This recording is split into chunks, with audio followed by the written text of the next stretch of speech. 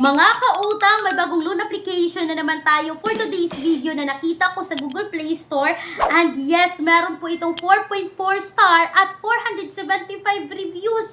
Nagpapautang raw ito ng 2,000 to 30,000 pesos at based dito sa kanilang platform na sinasabi 91 days to 150 days raw at meron lamang 3% to 24% interest rate APR mga kautang. Hello mga kautang, welcome back dito sa aking channel. This is Clarice, ang inyong number 1.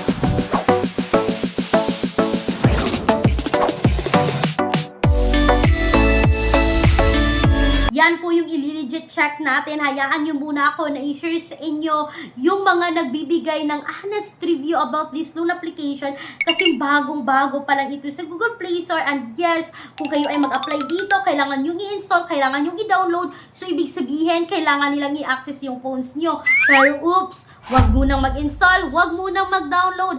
Hayaan nyo muna ako mga kautang na pag-usapan natin ito loan application na to. Pero bago yan, sila po yung dalawang winners natin. Yung nakakuha ng 50 pesos GCash. So itong mga names na to ay nakuha ko ito sa previous video ko nakaka-upload kahapon. So kung gusto nyong manalo dito, manood kayo sa video na to mga kautang. Mag-comment kayo dyan ng hashtag word or mag-comment kayo ng positive, mag-comment kayo ng negative, magbigay kayo ng ideas, mag-share kayo ng new experience about this loan application. May entry na kayo sa aking daily GCash giveaway. And congratulations sa 2 winners natin. So, eto na nga mga kautang. Ito po ay si Fast Loan, Fast Cash Loan, na under po ng Manjet and Friends Lending Corporation. Mga kautang, naka-registered sila noong June 25, 2019 pa. Pero based po sa reviews and ratings, ang liit pa mga kautang or kakaunti pa lang nagbigay, yung status niya ngayon is naka-registered pa siya. Kaya mga kautang, i-share ko sa inyo ngayon ng pinaka-update ngayon dito, no? Kasi yung isang commenter, noong August 4, 2025, sabi niya, I'm so embarrassed to these apps, so high interest rate. Di borrow may 320 and have to pay 535 for 4 days. Do not install this app. Mga kautang, 320, babayaran ng 535 in 4 days. At hindi lang yan, no, noong August 1, 2025, sabi niya, I was so disappointed to this app. Imagine, you only borrow 525, then harass me through text. The agent can't wait. Siguro para makakota. Imagine, 2 days before my due.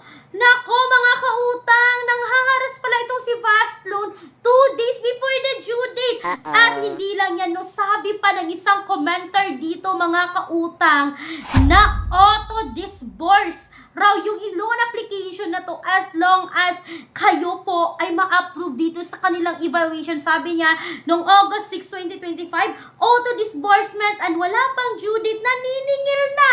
What? But napapakiusapan naman po sila. So mga kautang, ang daming nagbigay ng comments noong August 5, 2025. Sabi niya, wag na wag, 500 lang pinapautang tapos 300 plus na lang yung matanggap nyo. Tapos babayaran ng 500 plus tapos 5 days to pay. Report nyo din tong app na to.